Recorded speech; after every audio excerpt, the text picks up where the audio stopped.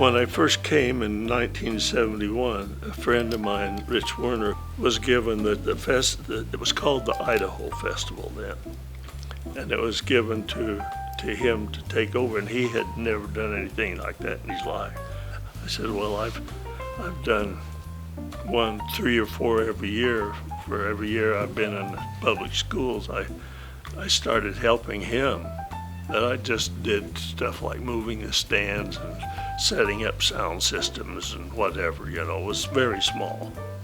And he left after 5 years, and so the fall of '76 I was asked to take it.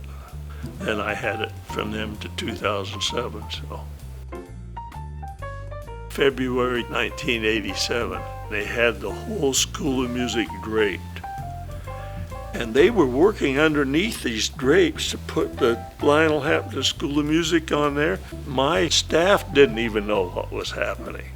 So when they pulled that off of there, and there was the Lionel Hampton School of Music, there were some people, they thought just the building had been named for him. I said, the building is the least. It's what goes on inside of the building. It's what goes on in the lives of young people. It's what goes on in your faculty and your people that are giving everything they can to make a difference in a young person's life. That's what it's all about. And Hamp was so proud.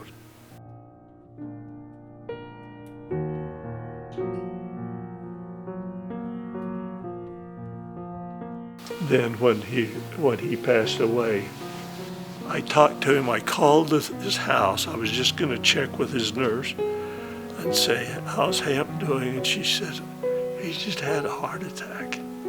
And she said, Doc, it looked good. And all of a sudden I heard Hamp say, who's on the phone? They had him on the stretcher. Who's on the phone? It's Doc. I want to talk to him. So got the phone over to him, and Doc, how you doing, man? I said, are you okay? He said, I don't feel very good, man. I'm really sick. They're going to take me to the hospital. But he said, Doc, I just want to say one thing to you.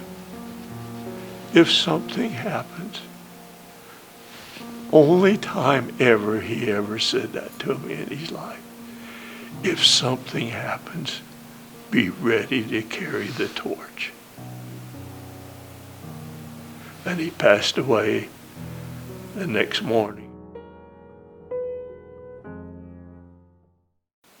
I think the power that it had to touch lives, and I really wanted, if I possibly could, to have every instrument, a trumpet player, a trombone player, a saxophone player, tried to have one of everything that the kids would be working on, so that when they went to the concert, they had this experience of seeing someone that it related to them personally.